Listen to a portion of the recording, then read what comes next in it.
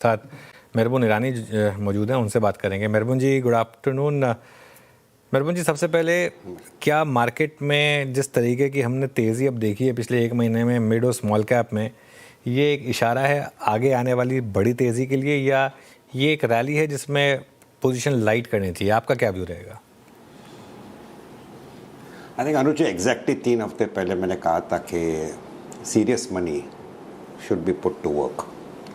मैंने cricket jargon भी use किया था कि हम लोग चौथे या 5वें दिन में टेस्ट मैच के, एंड अभी now one has to be serious and put in money. और जो मंदी वैल्यूएशंस की जो बात थी, वो स्टोरी पीछे जा चुकी है। टाइम नहीं है कि हेडलाइंस क्या ख़राब, कितने हेडलाइंस है, ट्रम्प क्या ट्वीट करता है, वो टाइम गुजर गया था।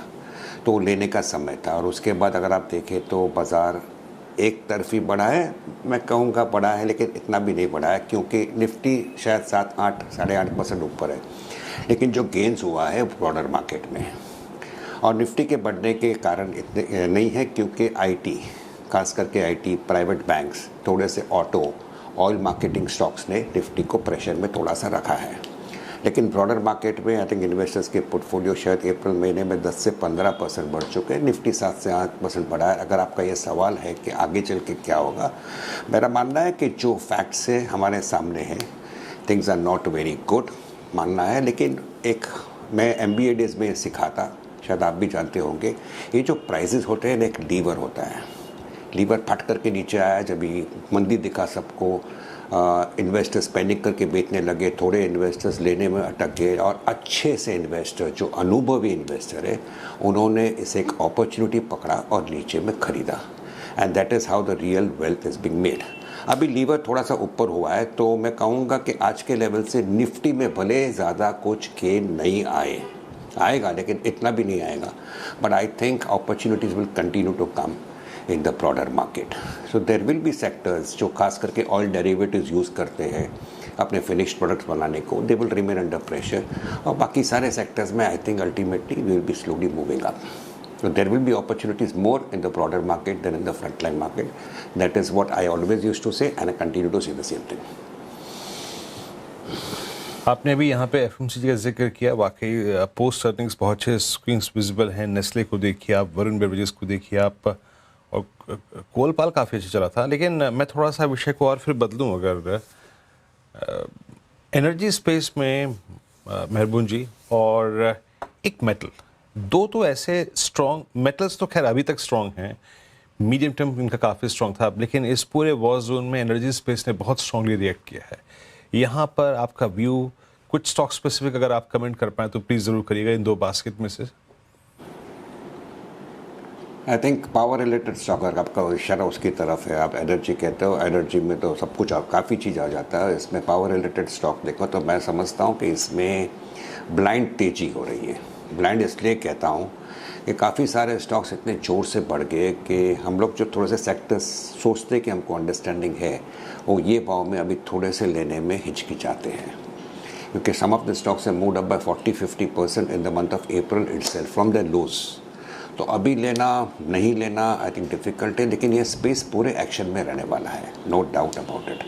और अच्छे क्वालिटी स्टॉक्स ऐसे हैं जिसमें शायद इन्फ्लेटेड प्राइसेस हुए हैं। एक ज़माने में हमने ये EV में देखा था, हमने ग्रीन एनर्जी में देखा था, लेकिन आज की जो स्टोरी एनर्जी की है that is for real, because यहाँ पे क्लियर कट मैं कहते आ रहा हूँ कि power shortage is going to be felt possibly not only in India alone but in the world, and we will have to do a lot of things in this space. तो ये पूरा sector में there is going to be continuous action going to build up. हाँ, कहीं ना कहीं stocks महंगे हो जाते हैं, 5-10%, 15% पुल बैक होता है, तो जो पेशेंट इन्वेस्टर है can possibly wait for a pull back, whereas others who are buying it should understand कि उन लोग खरीद रहे after a sharp move of 30-40% from their lows, and if they buy and there is a correction, they should not cry wolf and go away and run away from the market saying that अरे यार क्या है यार, सब लोग ने बोला लेने को गट गया। So one has to understand कि थोड़े से करेक्शन आते रहेंगे, but this is the space in which I would still rank it as number 1 in my assessment in the market right now. Mehrboon ji, good afternoon. और ये तो पावर स्पेस पर बात हो गई सर, लेकिन रेट सेंसिटिव स्पेसिस पे अगर मैं आपसे चर्चा करना चाहूँ, जैसे कि ऑटो स्पेस और इनफैक्ट रियलिटी स्पेस में हमने अच्छी खासी तेज़ी देखी। लोधा के नंबर्स भी काफ़ी स्ट्रॉन्ग रहे, तो काफ़ी अंडर परफॉर्म किया था रियल्टी स्पेस ने। क्या अब यहाँ पर एक तेज़ी लौटी है और यहाँ पर भी बेट लगाना चाहिए? आपकी राय क्या होगी?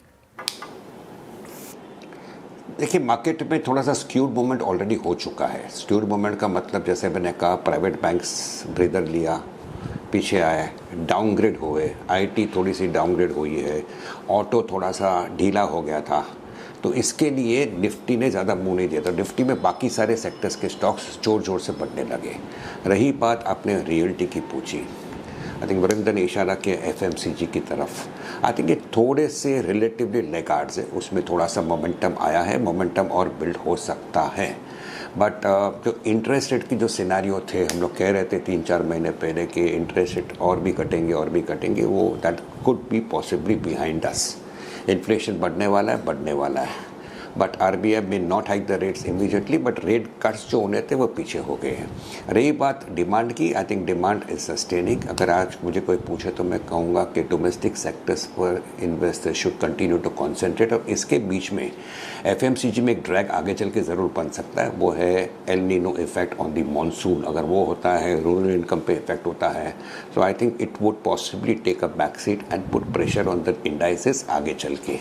और प्रॉपर्टी के बारे में ऐसा है कि रियल्टी के बारे में मोमेंटम जब तक फेवर में तब तक ठीक है, but this is not a sector which I would say that I am very bullish on. अगर है तो रिलेटिवली अंडर परफॉर्म किया था पिछले 15-20 दिन में। आई थिंक पॉसिबली थोड़ा सा कैचअप ज़रूर करेगा, बट स्क्रीमिंग बाय है ऐसा मैं नहीं कहूँगा। ओके, आईटी स्क्रीमिंग बाय है क्या, या अभी भी अवॉइड करेंगे? आईटी में 3 साल से नेगेटिव, और क्लियर डिस्क्लोजर, एक भी आईटी के स्टॉक्स पोर्टफोलियो में नहीं है। और पिछले बार भी हम लोग ने डिस्कस किया था अनुज जी, काफ़ी सारे लोग कॉन्ट्रा कॉल लेना चाहते हैं, मैं उसको रुकाता नहीं हूँ, क्योंकि द पॉइंट है कि valuation wise you can possibly defend this valuation, बजाय सस्टेनेंस की या एग्जिस्टेंस की फियर आ जाती है। एंथ्रोपिक कहिए, एआई का पूरा इम्पैक्ट कहिए, जो हम लोग 2 महीने पहले बात करते, आज कोई ज़्यादा इतना बात नहीं कर रहा है। और जो आईटी स्टॉक्स को आज मार पड़ी है for many other reasons also, उसको खरीदना जस्ट बिकॉज वैल्यूएशन 13, 14, 15, 16 टाइम आ गया, ये this is not the way I have ever performed in the market over my last 25-30 years experience. क्योंकि मैं समझता हूँ कि there should be a trigger for me, और मुझे ट्रिगर आज के लेवल में भी ज़्यादा कुछ दिखता नहीं है। So somebody wants to do a contra buying, good luck to him, and possibly I hope he goes right, but I don't find too many reasons to go and buy into IT immediately, being very honest with you, and if somebody wants to buy, I am not going to stop him to buy. अच्छा मेहरबून जी, और कुछ themes जो कि अच्छा कर रही हैं, price stretch और हायर लेवल्स पर सस्टेन होने की टेंडेंसी नज़र आ रही है। आप वाइट गुड को देखिए, वोल्टास ने बड़ा लंबा सफ़र तय किया, ब्लू स्टार को देखिए, हेवल्स को देखिए, हॉस्पिटल स्टॉक्स में थोड़ी बहुत बार्गेन बाइंग हो रही है, max health care, Fortis at lower levels, Apollo. एक दो और बास्केट मैंने आपके सामने रखी है, यहाँ पे कोई प्रेफर्ड कैंडिडेट्स अगर हों तो प्लीज़ ज़रूर जिक्र कीजिएगा। I think hospital stocks definitely yes, मैं कहूँगा येस, बट कहीं पर अगर गवर्नमेंट एक्शन आता है, एज फार एज बीच में न्यूज़ रिपोर्ट्स थे कि they will put a cap on the spending and charging of bills, अगर वो आता है, I really don't know about it. रही बात वाइट गुड्स की, I think we all know that this could be a very severe summer, शायद summer extend भी हो जाएगा। अगर वो हुआ तो yes, the momentum is in favour of them, they will move up further, but from an investment angle difficult to state कि 6 महीने के बाद ये स्टॉक्स कहाँ पे होंगे, बिकॉज हमें ध्यान देना चाहिए कि cost of production also is going to go up for this companies. So some of this EMS players, some of this white goods players, I think the momentum right now is in favor of them, and they may move up further, but to take a call for the next 2-3 quarters, I don't think I would like to do it. मैं कहूँगा कि जिसके पास है, I think he is likely to see a higher price, but at some point of time maybe he should learn to exit, especially if the rally is too sharp for comfort. तो मैं कहूँगा कि they remain good at the moment, so I would continue to tell somebody कि white goods है आपके पास, enjoy the ride in the blue stars and the voltages of the world, but one has to understand that their cost of production is also going to go up, because ultimately inflationary impact is going to happen, especially looking at the way some of these metals have gone up.